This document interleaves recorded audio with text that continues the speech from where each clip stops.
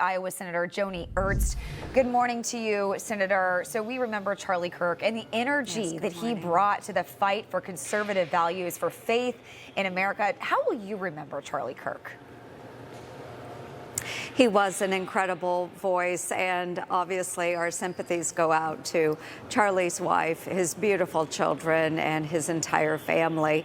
He inspired a whole new generation of young conservative leaders, and I was chairing the Small Business Committee here in the Senate yesterday when I got the word that he had been shot.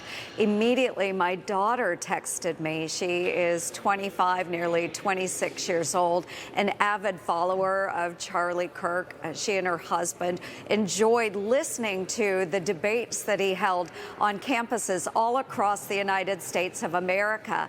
He inspired them and he challenged them, and they appreciated his promise of faith and his followership of God and just spreading the truth about our nation and the greatness of the United States of America. So again, our sincerest sympathies to the family of Charlie Kirk.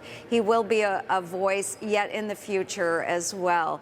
I know that he may be silenced in the form of his physical body, but his words will remain and continue to inspire others well into the future.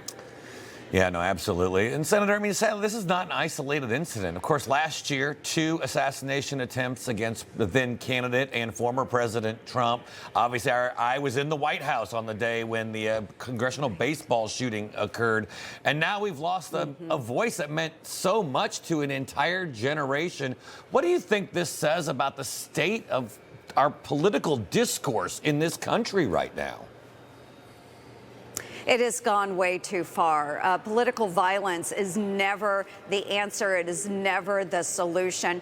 And what we are finding is that when you do have those strong conservative voices speaking truth to power, you will find that when the left can no longer debate it, they can't deny the truth, the only way they can silence those voices is through violence. That's how Charlie met his end yesterday. He will be forever remembered, not only by those of us on the right, but also by an entire generation of young students, young men and women, and he will continue to inspire. But again, we can't resolve differences through political violence. We have to have civil discourse. And unfortunately, there are those on the fringes that have forgotten that we need to learn how to debate civilly, not take it to a very violent end. Yeah, such an important message this morning. And as we honor Charlie Kirk's life this morning, we also remember that today, of course, marks the 24th anniversary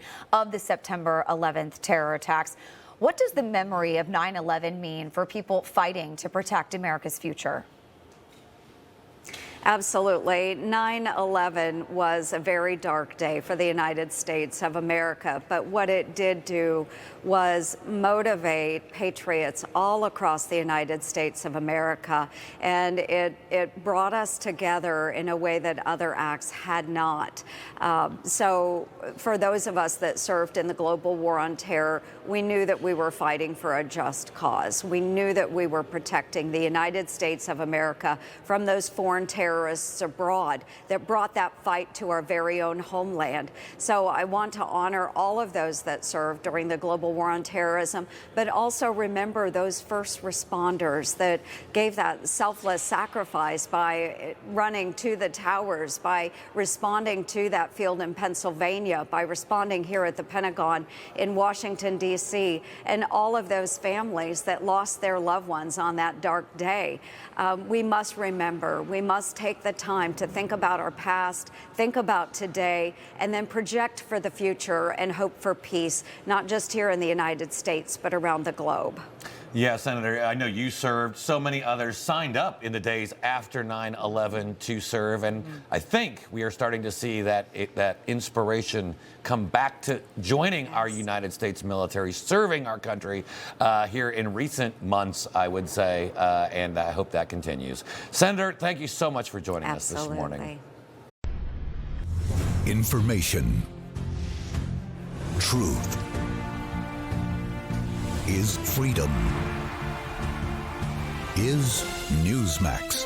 It's real news for real people.